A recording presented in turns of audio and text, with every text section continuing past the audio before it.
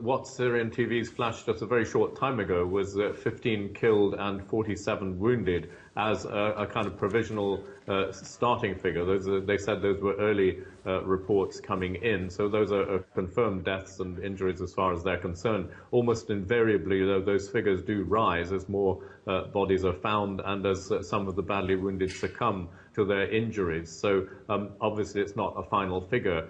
Syrian State TV, as you can see there, is carrying really dramatic pictures, lots and lots of mangled cars. There's whole piles of them, some of them barely recognizable as vehicles, caught by this blast, which State TV is saying was caused by a suicide bomber, presumably a suicide car bomb, because it would be difficult for an individual with a suicide vest to cause that much havoc. You can see those mangled cars, also buildings nearby badly damaged.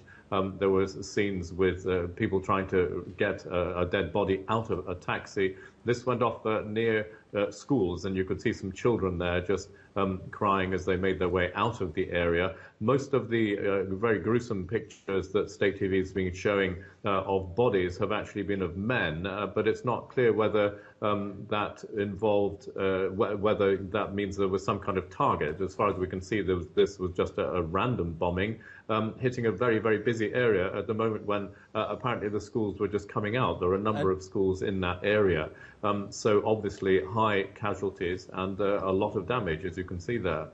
Indeed, we are looking at those pictures, Jim, and this wouldn't be the first one in a central area of Damascus, but I mean, one can't always make a wider point about these things, but is there one, given the location, given what the damage, the carnage?